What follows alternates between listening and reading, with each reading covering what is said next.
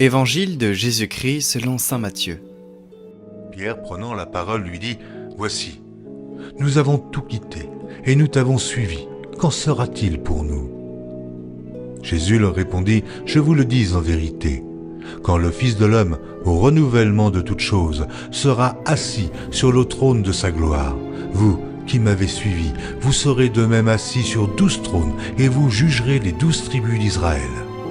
Et quiconque aura quitté à cause de mon nom ses frères ou ses sœurs, ou son père, ou sa mère, ou sa femme, ou ses enfants, ou ses terres, ou ses maisons, recevra le centuple et héritera la vie éternelle. »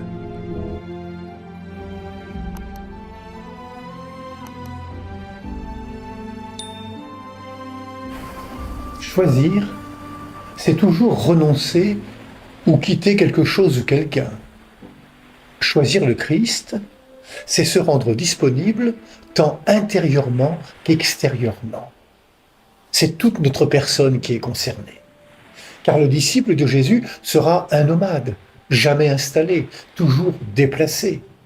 Pas nécessairement pour faire des kilomètres, mais pour être en capacité d'accueillir chaque jour Dieu et celles et ceux que je rencontrerai. Comprenons bien Jésus. Dans cette page d'évangile, il ne s'agit pas de quitter des biens terrestres pour quitter des biens terrestres, mais pour suivre le Christ, pour s'attacher à lui, accepter son amitié. C'est faire des choix à cause de son nom. Ce qui est important ici, ce n'est pas le détachement, mais l'attachement à Jésus-Christ. Ce qui est bon, ce n'est pas de renoncer, c'est de tenir au Christ. Agir ainsi, c'est vivre une nouvelle naissance, un nouveau rapport au monde et aux personnes, ce que l'Évangile appelle le renouvellement du monde.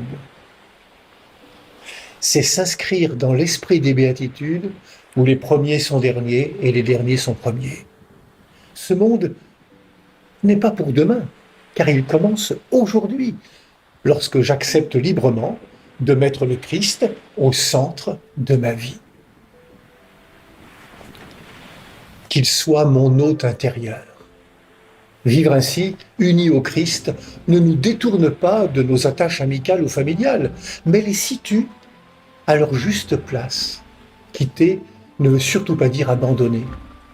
C'est plutôt apprendre la gratuité dans nos relations, à nos parents, nos conjoints, nos enfants, nos amis, tous les autres.